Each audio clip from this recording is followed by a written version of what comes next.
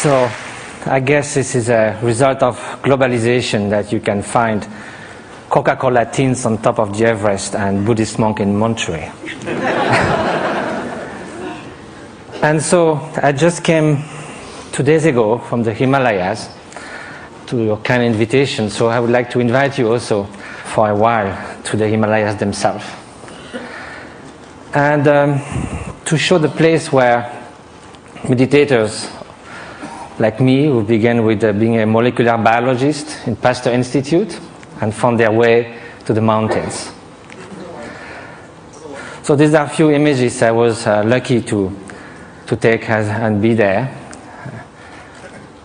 This is the Mount Kailash in eastern Tibet, wonderful setting.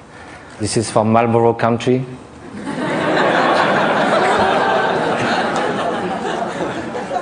This is a turquoise lake, a meditator. This is the hottest day of the year, somewhere in eastern Tibet, on August 1st. And the night before, we camped, and my Tibetan friends said, we're going to sleep outside. And I said, why? We have enough space in the tent. They say, yes, but it's summertime.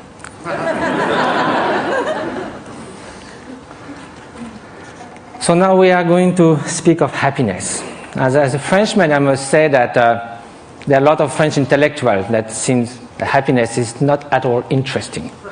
I just wrote an essay on happiness, and there was a controversy, and someone wrote an article saying, don't impose on us the dirty work of happiness.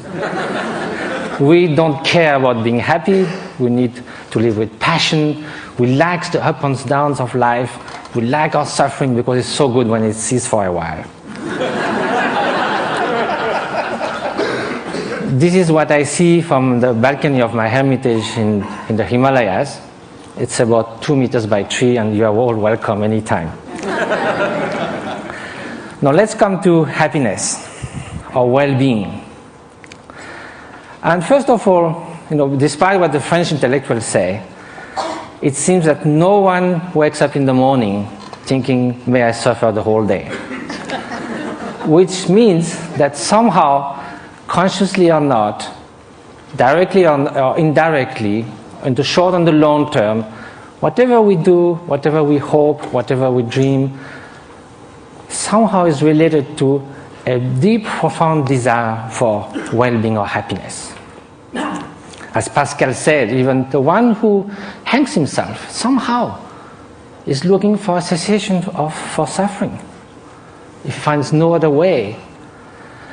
But then if you look in the literature, East and West, you can find incredible diversity of definition of happiness. Some people say can only be lived in remembering the past, imagining the future, never in the present. Some people say happiness is right now, is the quality of the freshness of the present moment. And that led to Henri Bergson, the French philosopher, to say all the great thinkers of humanity have left happiness in the vague, so that they could define, each of them could define in their own terms. Well, that will be fine if it was just a secondary preoccupation in life. But now if it is something that's going to determine the quality of every instant of our life, then we better know what it is, have some clearer idea. And probably the fact that we don't know that is why so often, although we seek happiness, it seems we turn our back to it. Although we want to avoid suffering, it seems we are running someone towards it. And that also comes from some kind of confusions. One of the most common ones is happiness and pleasure. But if we look at the characteristic of those two, pleasure is contingent upon time, upon its object, upon the place. It is something that changes of nature. Beautiful chocolate cake, first serving is delicious, second one, not so much, then we feel disgust. That's the nature of things. We get tired. I used to be a fan of Bach. I used to play it on the guitar, and I can hear it 2, 3, 5 times. If I had to hear it 24 hours non-stop, it might be very tiring. If you are feeling very cold, you come near a fire, it's so wonderful. Then after some moments, you just go a little back and then it starts burning. it sort of uses itself as you experience it. And also again, it can also, it's something that it is not something that is radiating outside. Like you can feel intense pleasure and some others around you can be suffering a lot. Now, what then will be happiness? And happiness, of course, is such a vague word. So let's say well-being. And so I think the best definition, according to the Buddhist view, is that well-being is not just a mere pleasurable sensation. It is a deep sense of serenity and fulfillment. A state that actually pervades and underlies all emotional states and all the joys of sorrows that can come one's way. Well, that might be surprising. Can we have this kind of well-being while being sad? In a way, why not?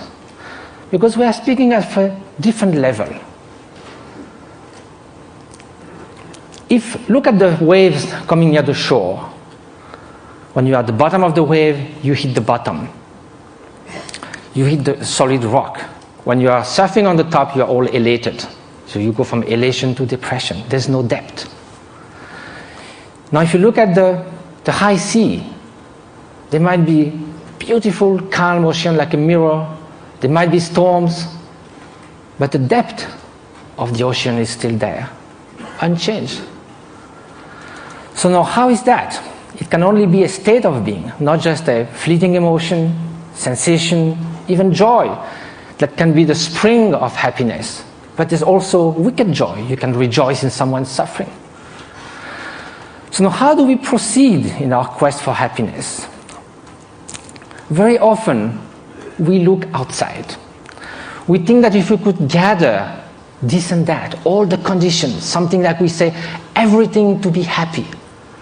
To have everything to be happy, that very sentence already bears the doom of destruction of happiness. To have everything. If we miss something, it collapses. And also when things go wrong, we're trying to fix things outside so much. But our control on the outer world is limited, temporary, and often illusory. So now look at the inner conditions. Aren't it stronger?